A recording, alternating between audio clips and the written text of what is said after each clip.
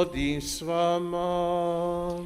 I s duhom tvojim. Čitanje Svetog Evanđelja po Luki. Slava tebi, Gospodine. Ono vrijeme odredi Gospodin drugu 72 učenika, posla i po 2 pred sobom u svaki grad i u svako mjesto kamo je kanio doći. Govorio im je, žetva je velika, ali radnika malo. Molite dakle gospodara žetve da radnike pošalje u žetvu svoju. Idite, evo šalje vas kao janjce među vukove. Ne nosite sa sobom ni kese, ni torbe, ni obuće, nikog putem ne pozdravljajte. U koji god kuću uđete, najprije recite mir kući ovoj. Bude li tko onda prijatelj mira, počinit će na njemu mir vaš. Ako li ne, vratit će se na vas. U toj kući ostanite, jedite i pijte što se kod njih nađe. Ta vrijedan je radnik plaće svoje. Ne prelazite iz kuće u kuću. Kad u koji grad uđete pa vas prime, jedite što vam se ponudi, liječite bolesnike koji su u njemu i kazujte im, približilo vam se kraljevstvo Božije. Riječ Gospodnja. Slava tebi, Kriste.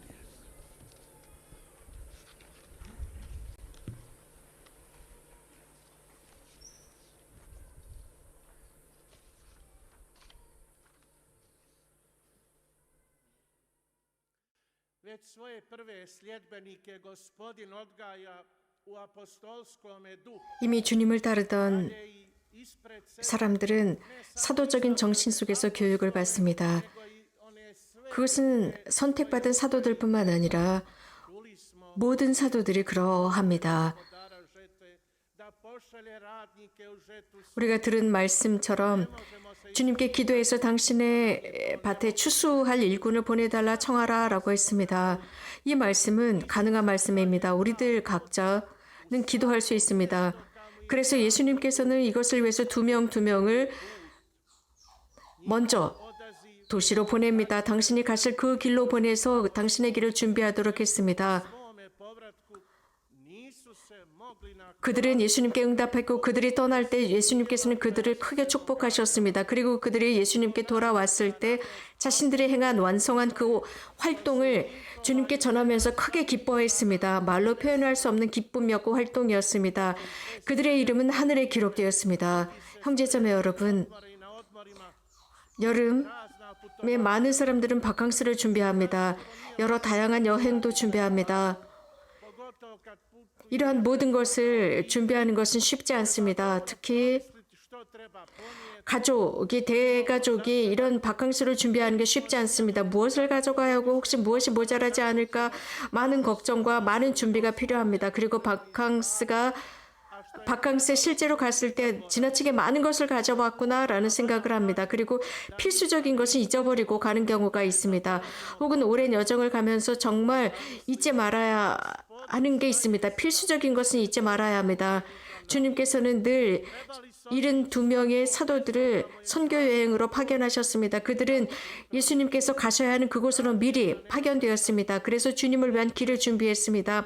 그때 예수님께서는 자루도 주머니도 가라신을 샌들도 가지고 가지 말라라고 했습니다. 이 말씀은 우리에게 참 멋진 말씀인데 이러한 말씀은 무슨 뜻일까요? 이 현실에 우리가 어떻게 적용할 수 있겠을까요? 주님께서 해주신 말씀은 아주 단순합니다. 모든 집에 어떤 집에 각 집마다 들어갈 때마다 이 집에 평화가 함께하기를 라고 할 때 거기에 평화의 자식이 살게 되면 평화의 아들이 살게 되면 그 평화를 받을 것이고 그렇지 않으면 그 평화를 바라는 너희들에게 돌아올 것이다 라고 하면서 우리 모두에게 경고해 주시고 충고해 주십니다. 아주 위험한 것입니다. 가장 먼저 많은 것이 확산되어 있습니다. 즉 그 위험은 모든 사람들은 돈을 벌기 위해서 다양한 어떤 일이나 하게 됩니다. 그래서 이익을 얻기 위해서는 아무 일이나 마구 합니다. 그것을 가리지 않습니다. 돈만 벌면 된다라고 생각합니다. 그러면서 심지어는 다른 사람을 착취하는데도 앞장섭니다. 돈을 벌기 위해서입니다. 그래서 가족에게 돈을 가져가야지라고 생각합니다. 신앙보다 일에서 많은 돈을 축적해야지가 더 중요한 상황이 되어버렸습니다. 신앙생활보다 더 중요하다고 생각합니다. 우리들 주변을 바라보아도 그렇습니다. 소위 말하는 그리스도교 신자들이라고 하면서도 이러한 신자들조차도 이런 것에 영향을 받고 있습니다. 그래서 스스로가 주님의 날, 주님께 영광을 드려야 하는 그런 날도 일을 하고 있습니다. 상점을 열고 장사를 하고 있고 비즈니스를 하고 있습니다. 왜 그럴까요? 주일에 문을 열면 더 돈을 많이 벌 수 있다고 생각합니다. 경제적으로 돈을 많이 벌 수 있습니다. 하지만 잃는 것이 더 많을 것입니다. 창조주 하느님을 위해서 준비하신 주님의 날, 주일, 안식일, 쉬는 날입니다. 가족을 위한 그날 몇 푼을 더 벌자고 많은 것을 잃게 됩니다. 또 누군가는 이 주일이 크게 중요하다고 생각하지 않는 사람들도 있습니다. 심지어 현대 신문에서 언급하는 것은 어떤 그리스도인 공동체에서는 어떤 무엇도 하지 않고 이 주일을 경건하게 산다라고 신문에서 아주 크게 대단한 소식인 것처럼 기사화하기도 합니다. 그들은 자신들의 모든 의무를 다합니다. 또 어떤 부류는 자신들의 모든 의무를 다하면서도 하느님의 말씀과 하느님의 날은 지키지 않습니다. 그러면서 많은 보수를 받을 수 있다고 생각합니다. 오늘 복음의 메시지는 우리들에게 구원의 메시지입니다. 그들은 주님의 뜻, 희망하는 대로 그들은 세상으로 나갔습니다. 복음의 빛을 가지고 세상에 평화를 전하기 위해서 나갔습니다. 사도 활동은 쉽지 않습니다. 주님께서 말씀하셨습니다. 너희들을 늑대들 사이에 어린 양처럼 보낸다라고 하셨습니다. 이것은 예수님 시대에 그러했습니다. 그런데 지금도 거의 비슷합니다. 하느님의 말씀을 전하는 사람들, 사도들, 그들은 생명을 전합니다. 그런데 이러한 사도들의 활동을 물질 세계와는 전혀 반대되는 것입니다. 그래서 이렇게 하느님의 말씀을 전하는 사람들은 사람들과 많은 논쟁과 투쟁이 있어야 하고 그들로부터 위협을 받습니다. 이 지상에서의 안락한 삶에 빠져 있는 사람들은 이런 거짓 삶에 빠져 있는 사람들은 자신들의 삶을 절대 바꾸고 싶어 하지 않습니다. 죄 중에 살면서 안락하게 살고자 합니다. 그래서 복음을 받아들이지 않으려고 합니다. 그들에게 있어서 아주 단순한 것은 그리스도의 기쁜 소식을 전하는 사람들을 받아들이지 않고 그들의 말에 순종하지도 않습니다. 그래야만 자신들의 삶을 유지할 수 있다고 생각합니다. 인간적인 활동이 주님의 영역에서 열매를 맺기 위해서는 이러한 모든 인간적인 삶, 물질적인 것, 모든 것들을 버려야 합니다. 고통을 감수해야 합니다. 그리스도를 전하는 사람들, 그 사도들은 피로써 땀을 흘려가면서 이러한 말씀의 씨앗을 뿌렸습니다. 그것이 옥토에 떨어졌을 때, 준비된 땅에 떨어졌을 때 열매를 맺을 수 있습니다. 바오로 성령께서 말씀하셨습니다. 예수님의 상처를 몸에 지니고 살아간다 하셨습니다. 우리가 잊지 말아야 할 것은 우리들의 모든 활동, 우리들의 모든 평화를 위한 사명을 위한 이러한 모든 노력 속에서 늘 주님이 함께 하셔야 합니다. 인간의 인식 속에, 가정 안에, 모든 인류 속에 이러한 것이 각인되어야 합니다. 그래서 한 방향으로 움직여져야 합니다. 어떤 집에 들어가든지 평화가 이 집에 함께하기를, 누군가 평화의 친구, 평화의 자식이 산다면 그 평화는 그들에게 전달될 것이다 라고 하셨습니다. 하느님의 말씀을 전하는 전달자들은 늘 평화의 위로의 말씀을 알고 있고 그것을 전하고 있습니다. 모든 사람들은 이러한 말씀, 위로의 말씀을 기다리고 있습니다. 죄인들, 환자들, 억압받는 사람들, 지친 사람들, 병든 이들, 이러한 모든 이들을 위해서 이러한 평화의 사명 활동을 하는 사람들은 늘 평화의 위로의 말을 전할 줄 압니다. 이러한 사람들이 그 어떤 위로의 말도 전하지 못한다면 그의 사도적인 활동은 매우 힘들게 될 것입니다. 그리스도를 위해서 하는 일입니다.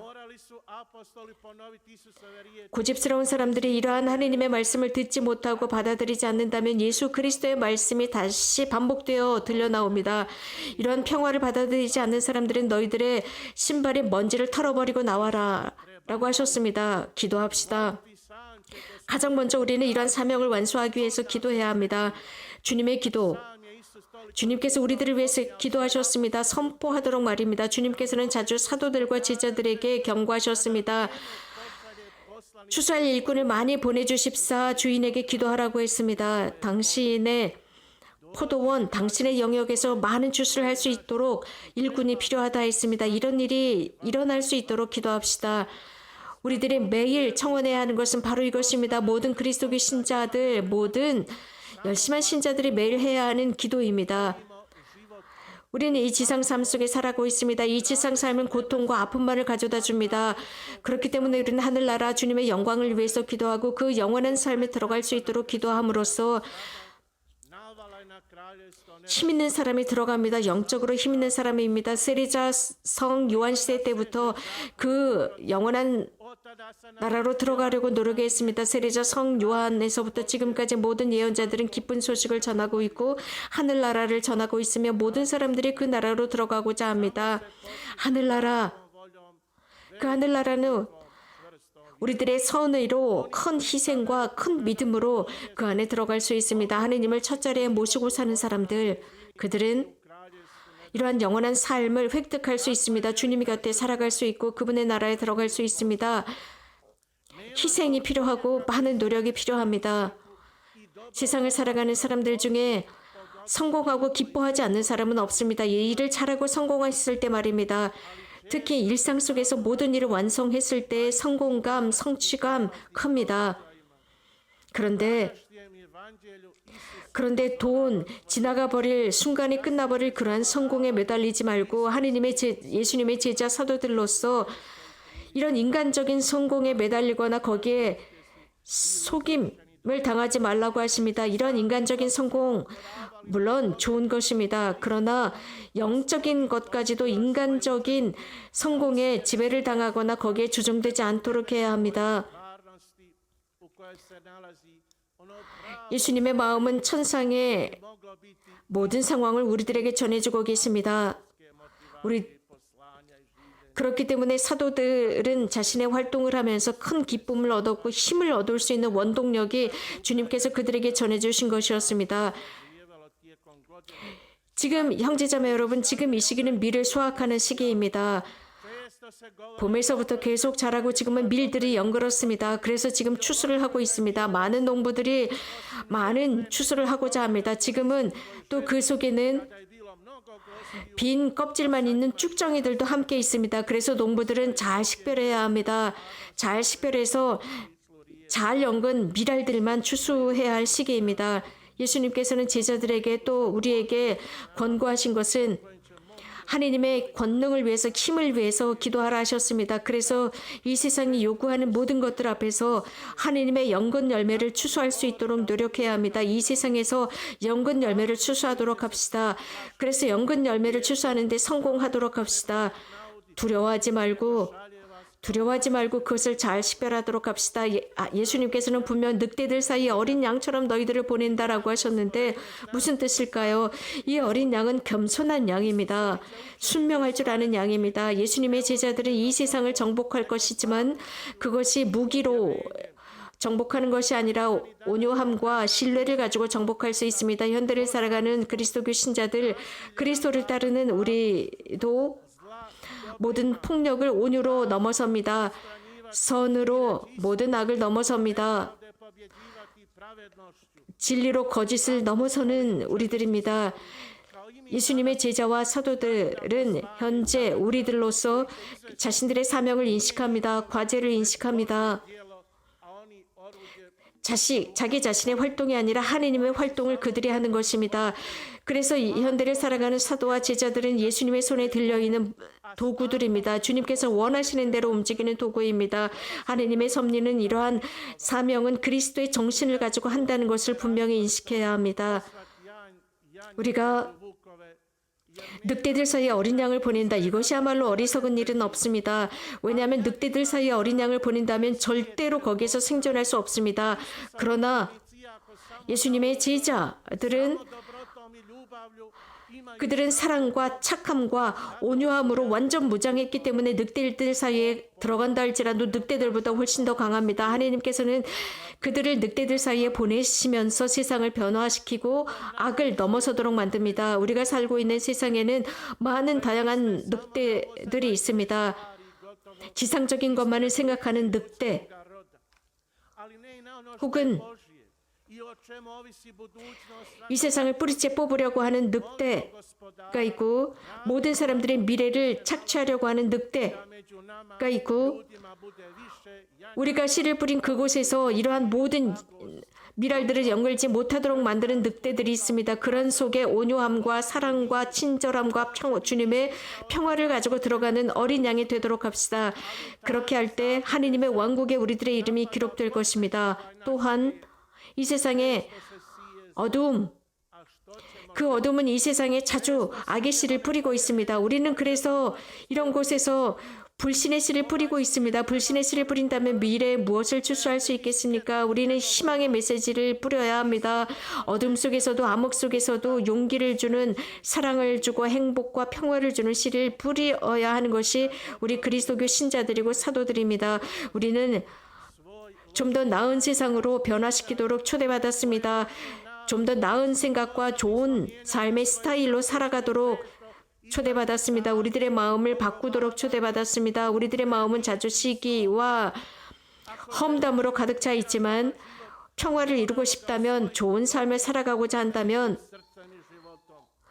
관대한 마음을 지녀야 할 것입니다. 그래서 우리 안에 주님의 평화가 드러나 보여야 하고, 우리가 그것을 확산시킴으로써 사람들을 끌어들이고, 그래서 그리스도와 일치하도록 만들어주는 것입니다. 이것을 위해서 우리는 그리스도를 위해서 용기를 냈고 결단을 했습니다. 진리, 주님의 넓은 밭에서 활동하는 진리를 전하는 사람들, 그리고 남녀 젊은이들이 성소를 받고 주님의 부르심에 응답할 수 있도록 기도하고, 우리도 협력하도록 합시다. 자신들의 삶을 주님의 도구로 쓰실 수 있도록 내어드리는 것입니다. 예수님께서는 우리들의 삶 안에서 어떻게 처신해야 할지 가르치셨습니다. 주님께서 하신 그 모든 설교, 주님께서 하신 기도, 그분께서 완성하신 그 모든 것들이 죽음 속에 있는 것이 아닙니다. 무덤 밖으로 나왔습니다. 우리들의 삶으로 들어왔습니다. 부활했습니다. 평화, 십자가, 그 십자가는 구원의 표징이 되었습니다. 그렇기에 바오로 성인께서는 그리스도교 신자들에게 이렇게 기록했습니다. 나는 그 어떤 것도 자랑할 것이 없습니다. 주님의 십자가 외에는, 예수 그리스도의 십자가 외에는 자랑할 것이 없습니다. 이 십자가를 통해서 십자가에 못 박혔고 저도 세상에 있습니다. 이렇게 프란치스코 성인도 사셨습니다. 프란치스코 성인은 모든 것으로부터 자유로웠습니다. 하늘나라를 위해서 일했습니다. 천상을 위해서 일하신 분이었습니다. 참 평화를 전할 수 있었습니다. 가장 먼저 인간의 마음의 평화를 전했고 모든 세상의 평화를 전할 수 있었습니다. 그리고 사랑을 위해서 모든 일을 위해 일했습니다. 이것은 대단한 활동이고 대단히 큰 추수였습니다. 이것은 여러분들의 가정과 본당과 우리가 살아가고 있는 곳과 모든 세상에 이렇게 해야 합니다. 형제자매 여러분, 우리 모두는 부름을 받았습니다. 어떤 누구도 핑계를 댈 수 없습니다. 나는 복음 말씀을 전할 수, 이런저런 일 때문에 전할 수 없다라고 할 수 없습니다. 선함을 전할 수 없다라고 핑계를 댈 수 없다는 것을 기억합시다. 아멘.